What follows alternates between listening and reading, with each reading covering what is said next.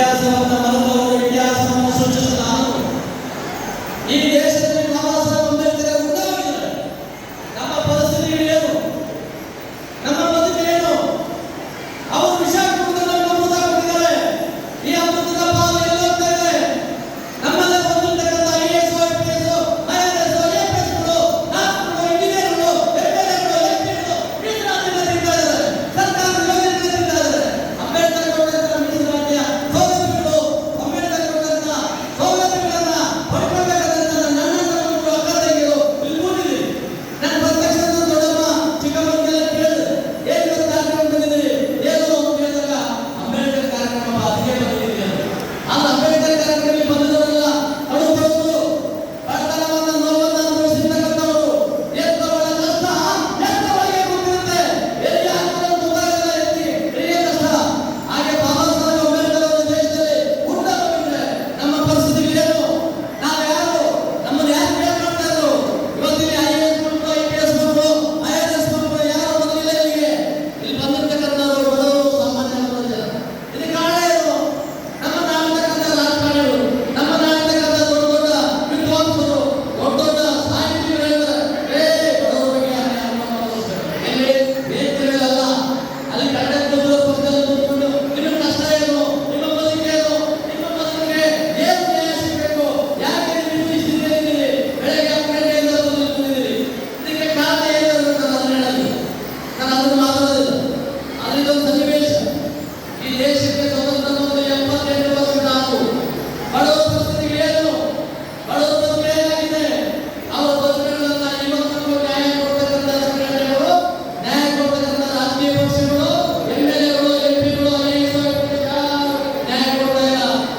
ಈಗಾಗಲೇ ಸಾಕಷ್ಟು ಜನ ಹೇಳ್ಕೊಂಡು ಹೋಗ್ತಾರೆ, ಮಾತಾಡ್ತಾರೆ, ಹೇಳ್ರಿ ದಲಿತರಿಗೆ ಮೀಸಲಾತಿ ಸಿಕ್ಕಿಬಿಟ್ಟಿದೆ ಅಂತ. ಯಾರಿಗೆ ಮೀಸಲಾತಿ ಸಿಕ್ಕಿರೋದು? ಯಾರು ಶ್ರೀಮಂತರಾಗಿರೋದು? ನಮ್ಮಲ್ಲಿ ಕೈಲಿ ಬರೋದು ಯಾರು? ಆ ಬಡವರ ಪರಿಸ್ಥಿತಿಗಳನ್ನ ಯೋಚನೆ ಮಾಡೋದು ಯಾರು?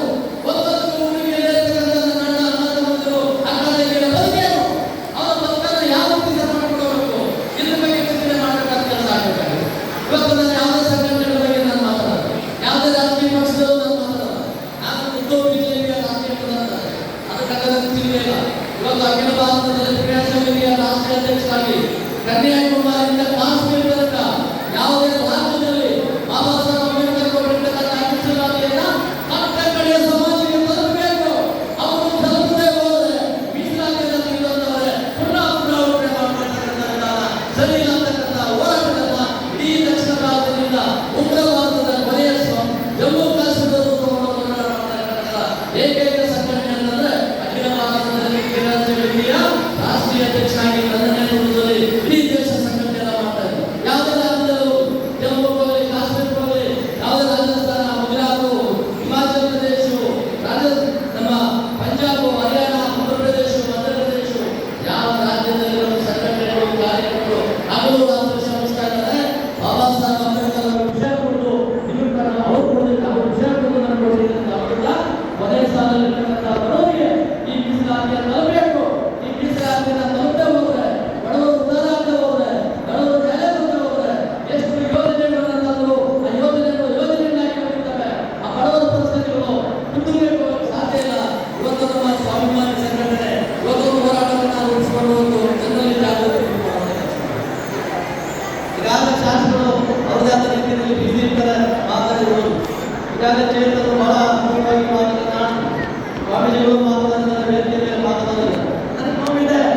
ಬಾಬಾ ಸಾಹೇಬ್ ಅಂಬೇಡ್ಕರ್ ಕೊಟ್ಟಿರ್ತಕ್ಕಂಥ ಮೀಸಲಾತಿಯನ್ನ ಬಡವರಲ್ಲಿ ಕೂತಿದ್ದಾರೆ, ಚಪ್ಪಾಳೆ ಹೊಡಿತಾರಲ್ಲ, ಆಗಲೇ ಬೇಕಾದ ಚಪ್ಪಾಳೆ ಹೊಡೆದ್ರಿ. ಈ ಚಪ್ಪಾಳೆ ಹೊಡೆಯ ಜನರು ತಲುಪದೆ ಹೋದ್ರೆ ಈ ಮೀಸಲಾತಿಯನ್ನು ನೀವು ಚಪ್ಪಾಳೆ ಹೊರಗಡೆ ಕೂತ್ಕೋಬೇಕು. ಸೌಲಭ್ಯಗಳು ಸಿಗದೆ ಹೋದ್ರೆ ನೀವು ಇದೇ ಸ್ಥಿತಿಯಲ್ಲಿ ಇರಬೇಕು. ಮೀಸಲಾತಿ ನನ್ನ ಹಕ್ಕು, ನನ್ನ ಸರ್ಕಾರಿ ಯೋಜನೆಗಳು ನನ್ನ ಹಕ್ಕುಗಳು ಅಂತ ಕೇಳ್ತಕ್ಕಂಥ ಈ ಒಂದು ಜವಾಬ್ದಾರಿ ನಮ್ಮ ಬರಲಿದೆ.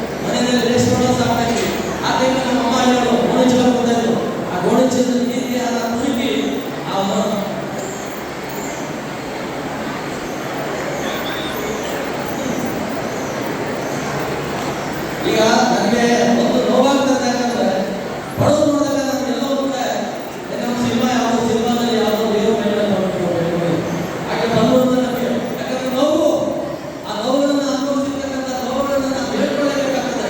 ನಿಮ್ಮ ಜಾಗ ಈ ನನ್ನ ವೈಯಕ್ತಿಕವಾದ